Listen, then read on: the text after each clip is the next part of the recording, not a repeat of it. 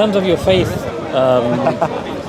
let's. I'd like to say the Shahada, please. Really? Let's do it. No, sorry, I'm not trying to take. I'm not trying to mock you. The thing is, I know that's what you guys do, innit? I mean, to be honest, you acknowledge that this life is only one. Yeah, we're all gonna have to pass away. This world came into being, and there will come a time that this world will end. So, logically speaking, rationally speaking, it is something that we do need to spend time getting to the bottom of. And like we did with the Israel-Palestine issue, I think when it comes to religious dialogue, it's very important as well, Hugh. And especially knowing that our death can come any minute. And knowing that all of this cannot have just sprung from nothing.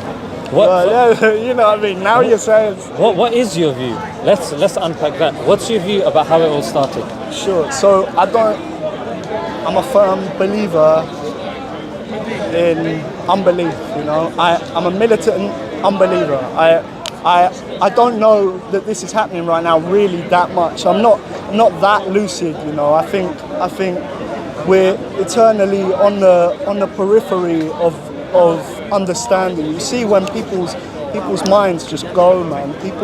People deteriorate. I fully agree that death is coming. Death is all we're born to receive. That is what I believe, and I think that's okay. I think that we're very grateful to be able to talk and communicate. But I think realistically, it's chaos. We've jumped to the end of the story, to the death bit. Let's jump to the start. How do you believe that it all started? It doesn't concern me. I don't think it's a waste of everyone's time. Really? Yeah. Beginning, how everything began. Yeah, it's a waste. Things are. See, you believe in a level of moral objectivity of having some kind of unifying idea that kind of bolsters you and keeps you safe and eventually will take you to Jannah, right? Paradise. But I think it's a lovely thing to do, and I really admire and respect it because it takes a lot of discipline and a lot of hard work. But I think to an extent it doesn't really matter how we came into being. We're barely here right now, you know what I mean? What do you mean by that? Well, you know what I mean, it's life feels pretty straightforward that we're here, we're experiencing the world with our But you were asleep, right? You were asleep and you were in some dream state. And I think it's often very hard to differentiate between those two things. And you know, really? when you wake up, I don't mean all the time. Yeah. I'm not I'm not mad, but I think that you're gonna have to unpack this. Reality is fleeting, I think, for many people, and I think oftentimes in various religious books. The thing, Hugh, is I think if a person is a true seeker, don't underestimate or don't trivialize any part of the journey. If we look, even in terms of us as human beings, there's a beginning, there's a middle, there's an end. In a story, there's a beginning, there's a middle, there's an end. In the life cycle of what's around us, in plants start off as seeds, they then grow into shrubs. We think that now, but in 10 years, someone comes, they say, oh yeah, actually we're aliens, and we were just doing... What's up, outside? So good to see you outside. Yeah. Good to see you outside. You coming every week? I think Ali's going to be happy to hear that. I'm going to try, inshallah. But yeah, sorry, plants and seeds. Salam Ali. How are you? MashaAllah, barakallah feek. I speak English a little, I'm sorry. Okay. Barakallah feek. Muslim, alhamdulillah.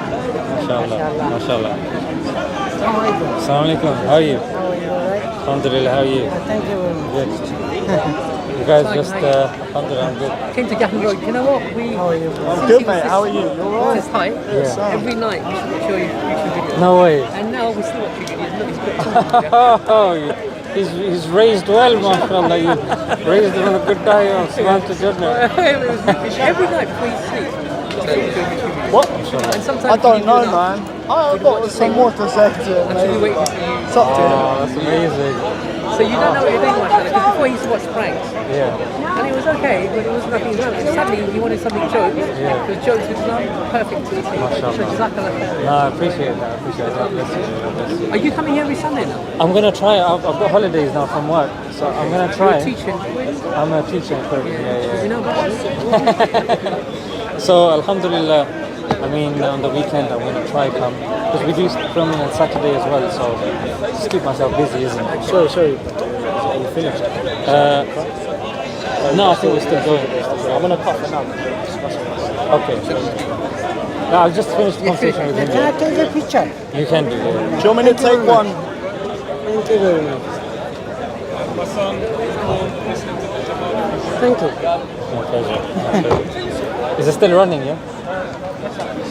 All right. So Plants. yeah, plants. Plants, yeah. So they got. You're talking about the philosophy of science. They pollinate, yeah, and we firmly believe that now. And I believe probably at the moment that's a reasonable thing to think.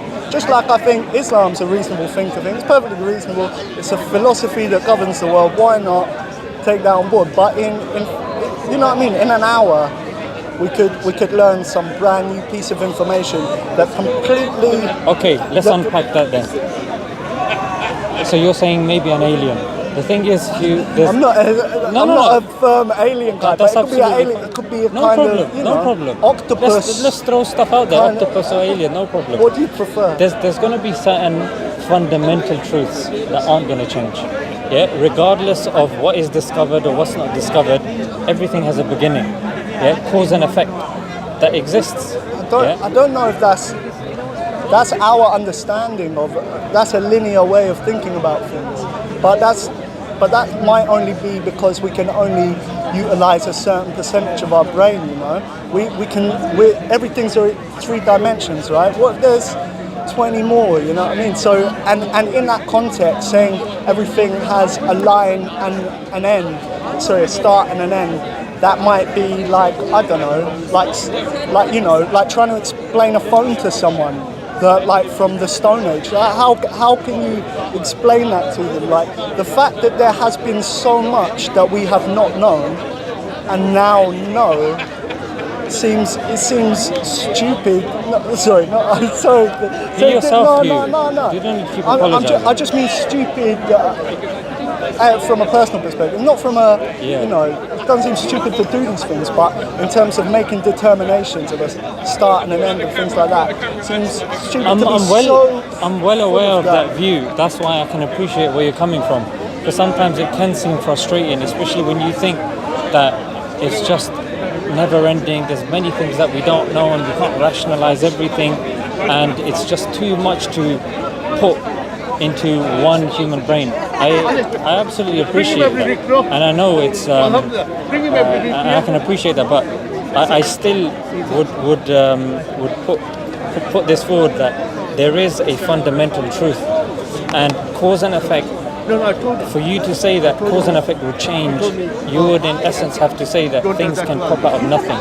So matter from where there is no matter, and when you start believing that things can just. But you've just said, for me to say there's no start and an end, I'm saying something can pop out of nothing. But you're just using start and an end again. You know what I mean? You're using the same rhetoric that I'm saying doesn't exist. You're saying start and end doesn't. Okay. I'm just saying. That's what I'm saying. I'm a militant agnostic. I really don't believe in belief, but I also think anyway it could be. I think lots of the ideas are nice, but I don't think there's any point in putting your eggs in any of these baskets to. Let's just say I came to you then. I said, you know what?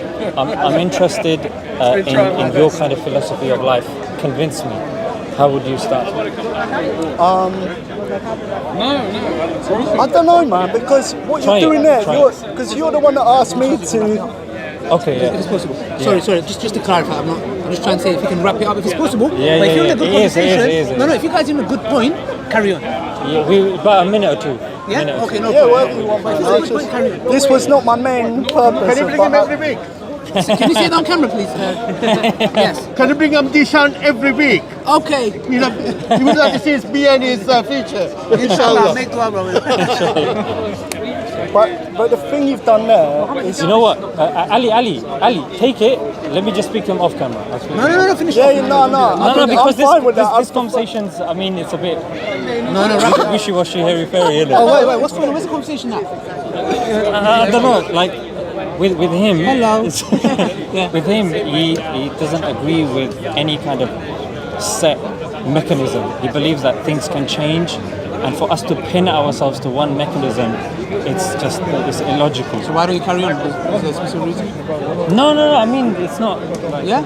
Okay, if you believe that. I'm genuinely interested Filming to a see where it's music coming video. Okay, so you want to take it off camera? No, you do your thing, bro. No. Not because of that. But I'll carry on. No. I'm here till 7. I told him he's chilling. I just said to you for the Bro, recording. if I wanted the recording, I would have told you. Okay, no, just wrap it up. Wrap it up. Because I'm going to blow his mind with my perspective. He's scared. It's was on camera. Alright. You're a little boy. Is that what you think, yeah? Is that what you think, yeah? No. Okay, so But yeah, what you've done there is you flipped it on me to imply that I would be evangelical about my no. perspective. What I've said is, if You what wanna you're learn saying, about- I wanna see where you're coming from, so I could see if that would be a viable path for me to take. But yeah, there's many presuppositions within what you're saying there, because the idea that it's a path, as if it has some kind of point. The idea. So there's no point or path here. No point or path, man. But it's lovely. It's pleasant. From my subjective reading of reality, it's lovely. It's pleasant. Is it though, you? Yeah, I'm having a wonderful time talking to you. I feel like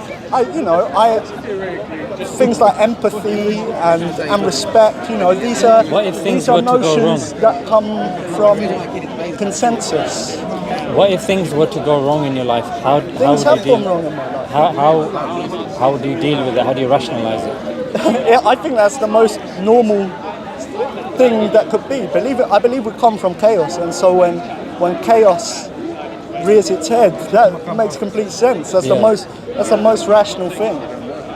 Don't you think that's...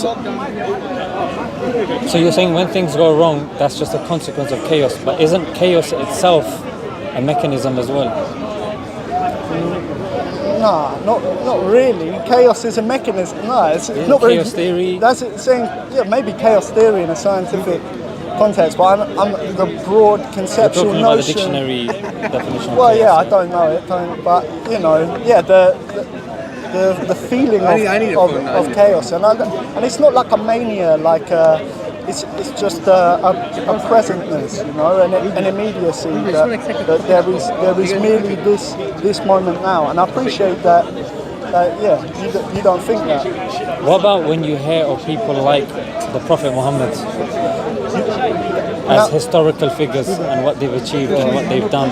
What I'm going How to do you say now, I rationalize really don't want you to find disrespectful or offended, but I think for me, where we've existed previously in more cut-off, isolated communities, away from the kinds of technology, resources, and medicine we have now. And I know this isn't what you're going to say around a bunch of No, believers. it's quite interesting. But I believe You're saying that we because... did not. No. Yeah. I believe we did not have a diagnosis for many of these mental illnesses. And enough times these days, when you see people that say that God is speaking to them, it's quite clearly, it's a mental illness. But that doesn't. Having a mental illness does not inhibit you from being able to be incredibly productive. Some of the But greatest. doesn't this contradict your worldview as well, if you can class that? Because you're saying there's many things that we don't understand and we can't classify. So you've been quick to classify something as a mental illness, and you're very definitive to say if you can hear God, then that has to be a mental illness, when you yourself have just admitted that there's many things that we don't understand. Science we can't pin down and say, okay, that theory is right, we may learn other things. Wouldn't you say that this could also be one of those things that many people don't understand yet, whilst many people do? That could be the case. That could be. That's what I'm saying. That's the purpose of. I'm saying this is a theory that I don't necessarily completely subscribe to, because the thing with religion is that you have to completely subscribe to it. So then going back to the Prophet Muhammad then, hearing how he was as a historical figure, what do you say about that? Like you initially said, it was because certain groups of people were locked off from humanity, yeah? I think various prophets over the years, a potential hypothesis from my perspective is that a lot of these people were saying they could talk to God. You know, they say about Moses and the burning bush being like DMT or some psychoactive substance. There's all kinds of things that we have So are you saying, means of contextualizing in a modern context, which I also completely agree this modern context could be nonsense tomorrow. However, I am within it, I am present within it right now. And so I think there's many. Because in your worldview, you can't accept it nor deny it, isn't it? Exactly. So that's what you think about, say, the Prophet Muhammad. Yeah. What about a book like the Quran, with the linguistic miracles that it has, with regards to prophecies that it's made? How do you rationalize that? How do you rationalize Harry Potter? By looking into it and critiquing it, and if it lives up to a certain critique, then you say, okay, it's tick these 3-4 But boxes. at the end of the day, if you're a book reviewer, I'm the book reviewer, we both read Harry Potter, I think it's amazing, you hate it, cool, you know what I mean? That's my perspective. So you take an innate As a book meaning reviewer, from the Quran, but to me it's a series of words, you know, and that's cool. And I can't speak upon it as I haven't read it. I haven't I'll read tell it. you why that's very important, Hugh. Harry Potter is read for entertainment. Yeah, it's read just maybe to increase your vocab, to get some ideas about imagination, etc. The Quran, on the other hand, is a manual on how to live life, on how to have morals, on how to deal with people. You know what those things do? They entertain your soul. So it's the same. I wouldn't say they entertain your soul. I would say they feed your soul. Okay. And and Harry Potter feeds my soul. So what? When you say feed, Also, feed I don't is care for the Harry Potter books particularly. Yeah. It was merely Well, a you popular... seem to be defending it. But, It feeds your soul, apparently. Crazy. Yeah, man. It feeds... No, but Yeah. I say... The thing is, what we're doing is we're just playing with words. But the thing, bro, is one is existence, life. What am I doing here? It's much more deeper and cannot be linked in the slightest with entertainment. Entertainment is a fleeting feeling, whilst purpose is something which is deep rooted. So I completely disagree with that to an extent, because sometimes in music is entertainment, right? But for the closest thing I've had to any kind of spiritual feeling, some kind of just feeling of inner peace, which I know has been via entertainment. So to cast it off as this thing that you know, I don't buy that at all. What is inner peace according to you?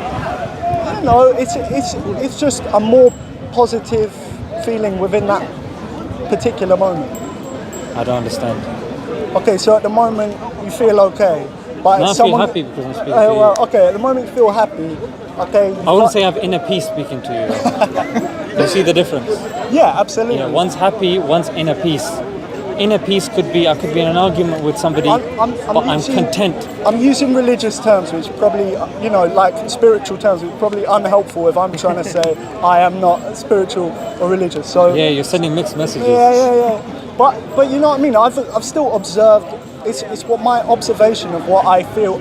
That I can understand the reason you prostrate 5 times a day. I can understand. I've been to That's mosques. fine. But what's inner peace according to you? Well, I think you think that's what you feel then. I think that's what you think you feel then. And I think that's what I thought I felt then. Okay, what is it that you feel at that situation? You're going to say it's God, right? You're going to say it's the creator, it's the power of the undefinable. Let's see. I might say that, I might not. I think it's being at one with that chaos. So you feel inner peace when you're at one with chaos. Absolutely. And which sort of music do you listen to? Dub music. So you're saying when you listen to dub music, you So feel... dub music, as in like dub reggae music, which has, you know, it's a very, very religious music. It's Rastafarian music, you know. It is, right? You're a big contradiction, you know. Yeah, but you can... I'm very interested in religion and culture, and and everyone, and I'm a firm believer that everyone should be able to, you know, get on with their 100%. stuff. But 100%. but to actually, you know, take something on as a fundamental liberty, a way I would live my life, to me I couldn't do it. That's fine, and that's absolutely okay at this moment in time. But you've also acknowledged that just like science can change, human beings can change, our understandings can change, our consciousness can change. So, I mean, that's fine. You may be thinking like that at the moment, but we're just unpacking. So you're saying you feel inner peace when you listen to reggae music, which is Man, I sound like such a reggae student. slash dub. I'm being honest. just Wallah, loud- I've never heard in my life Just like a really, reggae a slash really dub. it's more so a really loud bass vibration. It moves. Resonates. It resonates. So they have it in Buddhism with the singing bowls or a gong. Or, It's actually interesting. or the There's a call lyric. to prayer. The call to prayer. There's- You know, there's a lyric. lots of beautiful vibrations, and that's why they amplify it so much on the Hajj. Okay, so you're saying vibrations is something which really resonates with you, yeah? Some So it's good ones. okay, and that gives you inner peace. It gives me what. Yeah, it gives me a feeling I enjoy, a pleasant feeling. Okay, then what's your definition of joy and happiness? It's irrelevant. You know what I mean? I don't necessarily know if joy. It's a release of serotonin. Some say it's the voice of God. What do you say? I don't say. That's You don't my whole say? point. I don't say. I don't say. You've used the word happiness and joy a couple of times as I know, well. and of course, you know what I mean. And if you're using it, you should know I what it means. appreciate. It seems like I want to have my cake and eat it. I'm saying I don't believe in anything. Also, now I'm going to reference I'm going to pick little parts of it. Yeah, And listen to reggae slash dub. yeah, man. I recommend it. Do you listen to music? I don't know. So you just spoken voice, Yeah, mostly voice a only. cappella stuff as A well. cappella stuff, nature, people. I like listening to people. Well, you know, Yeah, there's listening music to- in all of that. There's music in all of that. But is there any particular reason? Particular reason about? Yeah, why you don't listen to music? Oh, yeah, because music, well, firstly, it's a religious belief that we've been told not to listen to music just because of the control and influence that it can have over you at a detrimental level. Does that not contradict what you say about having free will, though? Surely you can control yourself, right? I can listen to it. All right, you just choose not to. Yeah, I choose not Okay, to because, absolutely, sure. I mean, just like I can eat something forbidden, it's not like Right. I'm going to be... Absolutely, Yeah, I have free will to eat that, but I just choose not to. And that's where, of course, if you were a Muslim, you'd choose to do certain things, just like you'll get certain Muslims that choose to do some things that are pro their faith and some things that are anti their faith. But coming back, I can feel where you're going with this. You're going to a level of. I'm just trying to understand where you come from. So you said inner peace, but the reason why I ask you what happiness means to you is because I genuinely think that you're conflating the two and confusing the two. That's why I want to see if you understand the distinction. But when I ask you about happiness, you're saying it's not important. But I don't think that you should be putting yourself in a position where you're saying that's not important, that's not important. It's good to understand everything. Whether you want to follow it or whether you agree with it or disagree with it, that's another issue. But to say that, oh, now happiness, definition of happiness is not important. You know what I mean? You say to a kid, if you're happy and you know it, clap your hands. Yeah, more time they're going to do it, right? They're going to do it. Shut your mouth. But do they understand what happiness is? Yeah. Yeah, no problem. Yeah. Our memory's running out, Zeeshan. He's recording in 4K. Why? Why record this? All you're gonna get is like my pimples and my lower back. What was the last thing that you said? Yes. Yeah, if you're happy and you know. So if you ask a child what's happiness, the child won't say. But they'll clap their hands. They're responding to that. But if yeah? you ask a child what's happiness, no child's gonna say it's not important. I don't care what happiness is. Yeah, Do you course, see? of course. That's because they exist within systems of learned behaviour, and so they've learned a definition of what happiness is, and they will repeat that back So to have you as well. Yes, And absolutely. that's why I want to know what that definition is. Well, you know, of just, I don't know, antithetical to sadness, you know. And what's That's not a sadness? definition though, what's is it? sadness? You know, but you don't define what what day-to-day things are so much. You know, they exist in a. Well, you can to you. For example, if somebody says, what's happiness to you? Happiness to me, I would say now, is standing here, having good health, being able to converse with you, having these wonderful faces, listening. That I would class as happiness. Unhappiness was if I'm like this, and he's got the camera out, and it starts raining. It would make me sad. Yeah, so I'd be able to link my behaviors to certain categories. But when I start saying, oh, I'm feeling like this, like what? Oh, it's not important. But then you're expressing that. In the parameters of learned behaviour and learned language, all things that I've previously stated from my perspective on things, I think could be irrelevant very soon. Yeah. Happiness is all those same things that they are to you as they are to me. Having a full belly, you know, paycheck, it's all right, like everything's okay. I'm with my partner, you know, my family's all right. Are you married, yeah? No. You got a partner? Yeah. No, I was just curious. Yeah, no. Okay. No, girlfriend. Okay. Whatever, you know, just we've been going out a while, so you want to say something. Yeah, that's something fine. better. But one thing I will say, because he did say wrap up, is you said you've never read the Quran, yeah, and you're open to consciousness evolving and changing, and your awareness of life changing. And yes, agreed, in the current system that we're in, being creatures of habit, being creatures of what's around us, and we learn from what's around us, we learn from the news, we learn from each other. And seeing as we were discussing at the start of this conversation as well, there's a lot of media coverage on Muslims, there's a lot of media coverage on Arabs and stuff like that, and that does, consciously or unconsciously, it does affect us. So you do seem like somebody that doesn't get affected by that too much because of the initial conversation that we have. Yeah, otherwise you would have fallen in that trap and you would have just been following along just like a twig in the ocean with a wave. So I would say, just like reading any other book, I would say take time out and also read the Quran as well. And just like you're very open in terms of your thinking, you'd be surprised. Some of the things, in fact, that's incorrect. Not some of the things, I would say all of the things. All of the things, if you're reading it with an open mind and you're reading it with rhetoric, you're reading it with the art of linguistics and everything, you'll take it. Yeah? No, you're saying it's... Yeah, take it. So you're saying... so because if you read it with understanding of rhetoric, of metaphors, of similes, of context, you can shut your mouth. Sorry. Yeah. I just need to get something on this table. It's not recording. Someone just accepted Shahada. Oh, mashallah, no way. Yeah, sorry, can you do me a favour, Zeeshan? Get this thing in the... I think he's going to accept very soon as well.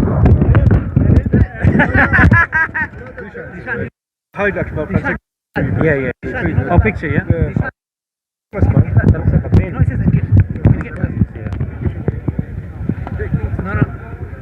I said that gift. Oh, no, get the proper one. What the hell is that? I'll read the Quran. Yeah? If you don't read the Quran, and then it's a reasonable exchange of perspectives. Otherwise, you know what I mean? I'll tell you why. You're coming from a view that things change. There's no set morality. Anything can happen. Science can change. We can change. I'm not coming from that view. I'm telling you, there is one definitive way. We have the answer. This is the answer. And I'm saying all I need you to do is read it. And you will see why I'm coming from there. This is the answer. What is the question? The question is, what are we doing here? And who are we going back to? Where we came from? What our purpose is? How do we speak to our parents? Ask yourself a different